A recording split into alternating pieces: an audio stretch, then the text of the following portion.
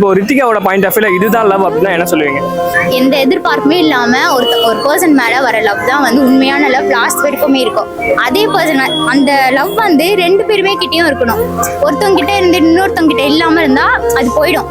எவ்வளவுதான் நம்ம புடிச்சு வச்சாலுமே ரெண்டு பேருமே நினைச்சா மட்டும்தான் அந்த லவ் உண்மையா கடைசி வரைக்கும் வருமே. லவ்வுக்காக வந்து எந்த எக்ஸ்ட்ரீம் வேணா போகலாம், அது வந்து அந்த பர்சனை பொறுத்து. அந்த பர்சன் வந்து நமக்காகவே இருந்தாங்கன்னா எந்த எக்ஸ்ட்ரீம் வேணா நம்ம போய் செய்யலாம். இப்போ ஒரு பொண்ணு கிட்ட பேசுறாங்க ஸ்டார்டிங்ல, அந்த பொண்ணு உஷார் ஆகிறதுக்காகவே வந்து நான் இப்படி இருக்கேன் அப்படி இருக்கேன் ரொம்ப வந்து டைம் ஸ்பெண்ட் பண்ணுவாங்க. ஆனா இதே வந்து அந்த பொண்ணு அக்செப்ட் பண்ணிட்டானா அந்த டைமே கொடுக்க மாட்டாங்க. இவனா போய் தேடி தேடி தேடி தேடி போய் பேசுற மாதிரி இருக்கும். ஃபர்ஸ்ட் அவங்க வந்து பேசுற மாதிரி இருக்கும். அப்படி அக்செப்ட் பண்ணிட்டாங்கன்னா ஒரு 1 month மேக்ஸிமம் வந்து 2 months அவ்வளவுதான். அவனுங்க வந்து அவனுங்களா இருப்பானுங்க. ஸ்டார்டிங் எப்படி இருந்தானுங்க அவ்வளவுதான். இந்த பொண்ணு நம்ம அவ்வளவுதான் எதுனா பண்ணாலும் போகாது அப்படி சொல்லிட்டு அவங்களுக்கு ஒரு மைண்ட் ஃபிக்ஸ் வந்துச்சுன்னா சரி ஓகே நெக்ஸ்ட் பொண்ணு கிட்ட. அது எப்படி அந்த நம்பிக்கை வருது இந்த பொண்ணு நம்மள விட்டு போகாது அப்படின்னு? அது வந்து அந்த பொண்ணு வந்து கொடுக்குற அட்டென்ஷன், டைம் ஸ்பெண்ட் பண்றதுலேயே வந்து அவங்க கண்டுபிடிச்சிருவானுங்க. அதனால வந்து டைம் ஸ்பெண்ட் பண்ணதே விட்டுருவானுங்க. ஸ்டார்டிங்ல இந்த லவ் எதுவுமே நம்மளுக்கு அப்ப நம்ம கொடுக்குற மாதிரி ஆயிடும். நம்மளும் கொடுப்போம் அதே டைம். அவங்க கொடுத்ததால நம்ம லவ் அக்செப்ட் பண்ணிருப்போம்.